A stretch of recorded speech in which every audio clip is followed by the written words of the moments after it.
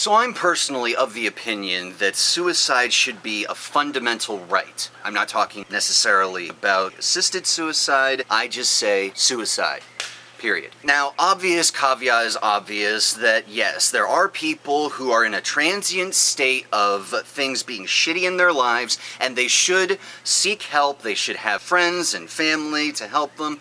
Maybe they do, maybe they don't. Yes, there are people who have chemical imbalances in the brain, but regardless, suicide should not be a first option on your list. It should be something that you do resort to as the final resort, in my opinion. So, duh. What I'm talking about is the fact that people should have the right. Why? Because, first off, you don't even own anything on this planet except your life. It is the only thing you own. You don't own your property. You don't own anything. Nobody owes you anything. It's the only thing that you own is your life. Why would you give away your choice to not have it if you don't want it?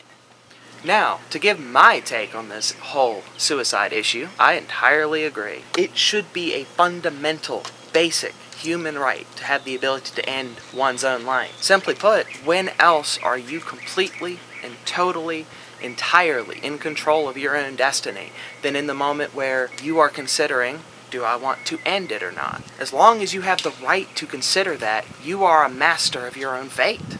You are the master of your destiny at that point, because at that moment, do you wish it to go forward or not? The choice is in your hands. Now, to back up the caveat that was already made, suicide should be a last option. It should be a last resort, something people do only when they're in extreme pain, suffering, or their life has reached a point where they cannot go on in their mind. When people reach that point, they should have the fundamental freedom to end it, because if you do not have that one freedom, then really you have no freedom. Beyond everything else, you can have the freedoms to do lots of things, but if you do not have the freedom to control your own life, what freedom really do you have then? It's all transient beyond that.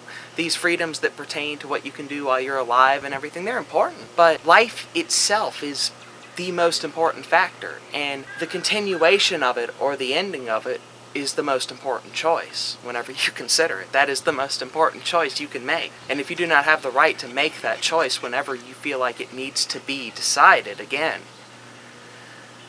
you have no freedom. You have no choice then. Your life is meaningless because it has no option to end. It has no alternative.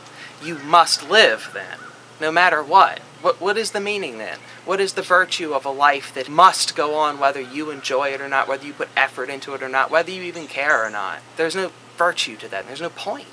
And if you want to try to compel people because of a misguided idea of morals or virtue or rightness to stay alive no matter what, then not only are you denying people the guiding purpose of life, which is self-determination, you're really just lording over them and denying them fundamental rights for your own selfishness, your own simple, base, selfish desire to see a comfortable world that you believe in overwrite everyone else's rights. And you don't have that freedom. You don't have the right to do that to people.